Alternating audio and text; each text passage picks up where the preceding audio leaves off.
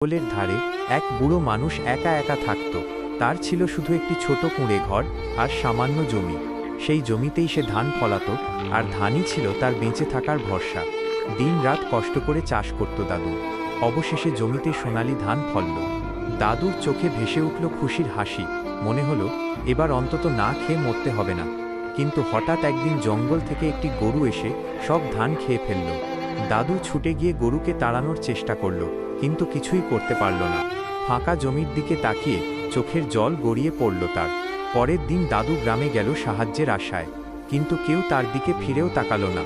কেউ ধান দিল না, কেউ সান্ত্বনা দিল না। দিন কেটে গেল। ক্ষুধায় দাদু দুর্বল হয়ে পড়ল। ভাঙা কুঁড়ে ঘরে একা বসে কাঁদতে লাগল। অবশেষে এক রাতে চাঁদের আলোয় ভেসে থাকা আকাশের নিচে দাদু চুপচাপ চোখ বন্ধ করল। আর কোনোদিন জেগে উঠল না। পরদিন সকালে গ্রামবাসী দাদুর মৃত্যুর খবর শুনে শোকাহত হল। তারা বুঝতে পারল, সময় থাকতে যদি সাহায্যের হাত বাড়াতো তাহলে একটি জীবন বাঁচানো যেত। সেই দিন থেকে তারা দাদুর স্মৃতিতে তার জমিতে একসাথে ধান ফলাতে শুরু করল। দাদু আর নেই, কিন্তু তার শিক্ষা বেঁচে রইল। গরিব আর অসহায় মানুষকে অবহেলা করো না। একটু সাহায্য একটি জীবন বাঁচাতে পারে।